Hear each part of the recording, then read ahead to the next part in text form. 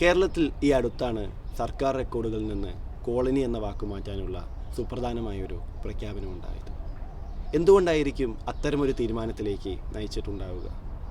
നമ്മുടെ സമൂഹം എത്രയൊക്കെ പുരോഗതി പ്രാപിച്ചു എന്ന് പറയുമ്പോഴും അതിനെ ഇപ്പോഴും പിന്നോട്ട് വലിക്കുന്ന ഒന്നാണ് ജാതി എന്നത്. നമ്മുടെ വിവാഹ കമ്പോളത്തിലെ ജാതി തിരിച്ചുള്ള മാട്രിമോണിയൽ സൈറ്റുകൾ അതിന് ഒരു ഉത്തമ ഉദാഹരണമാണ്.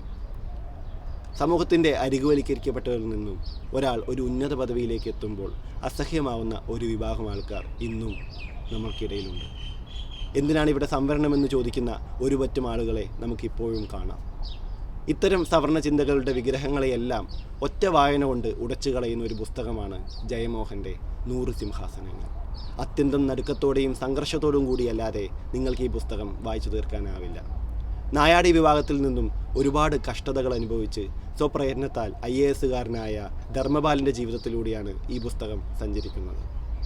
എത്രയൊക്കെ സിംഹാസനങ്ങൾ കൈയടക്കിയാലും തൻ്റെ മനസ്സിനും ശരീരത്തിനുമേറ്റ അവർണത മായ്ച്ചു കളയാൻ ഈ സമൂഹം ഒരിക്കലും തന്നെ അനുവദിക്കില്ലെന്ന ധർമ്മപാലൻ്റെ തിരിച്ചറിവോടുകൂടിയാണ് ഈ പുസ്തകം അവസാനിക്കുന്നത്. നിങ്ങൾ വിധി പറയേണ്ട ഒരു കേസിൽ ഒരു ഭാഗത്ത് ന്യായവും മറുഭാഗത്ത് നായാടിയും ഇരുന്നാൽ എന്ത് തീരുമാനമാകും എടുക്കുക?